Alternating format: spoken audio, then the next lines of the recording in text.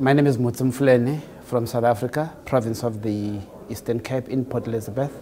I'm a board member for SEDA ICT Incubator, which is the incubator based in Port Elizabeth. Okay. And what brings you to the NBIA this year? Look, the incubator has been a couple of times before in the here, and I'm coming for the first time as a board member, just to understand global trends on incubation and what we can do better from our context down in Port Elizabeth. Okay. What are your observations here from an international perspective and how you think that relates to the issues that you face in South Africa? Two things I think I've realized here, that incubation in some parts of the world, particularly America, has been happening for the past 20 years. And therefore they've got nice best practice, things that we can learn from them. The second thing I've learned is that the problems facing small business are almost universal. You have things such as access to markets, access to business finance. Those things are experienced by young people here in America as by others in other parts of the world. So it was quite unique to realize that that's not special to South Africa. Okay. What are your thoughts about the value of incubation in terms of addressing the issues in the South African economy? Look,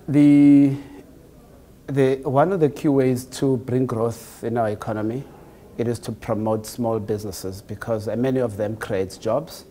It takes away the stress from government in terms of it becoming a social welfare government.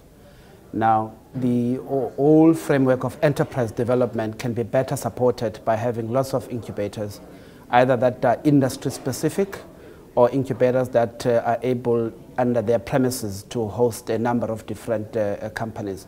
But I think this is better because many of the SMMEs, even if they may have access to markets or funding, the issue of coaching, mentorship becomes critical for their sustainability.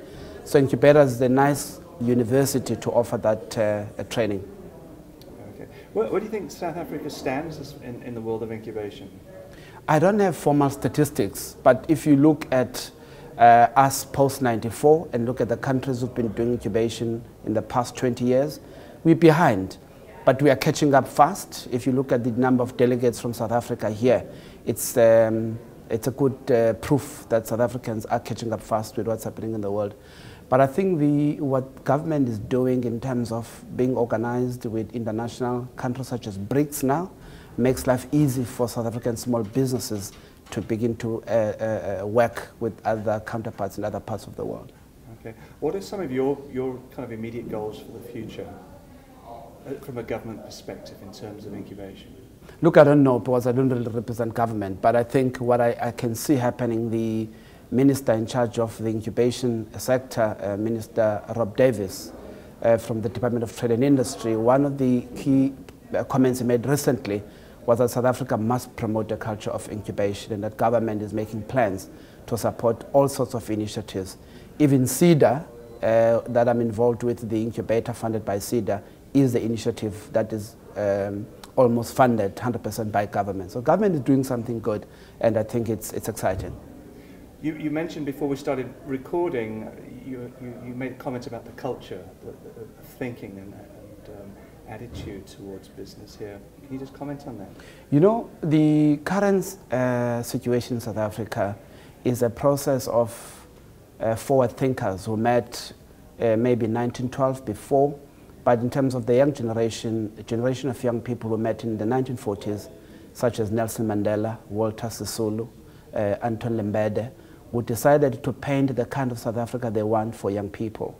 What we're now enjoying post-1994 is that visionary thinking of Dr. Mandela, Walter Sisulu, Anton Lembede.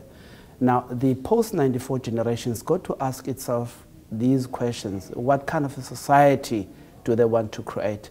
Particularly with technological advancements. We want to have our own Mark Zuckerberg, who will have Facebook. We want to have our own Steve Jobs, who will bring us Googles, and so forth. So that is a kind of thinking, so that young people in South Africa sort of have a shift of thinking away from over political thinking into thinking about tangible things that will make the South Africa that they want in the future.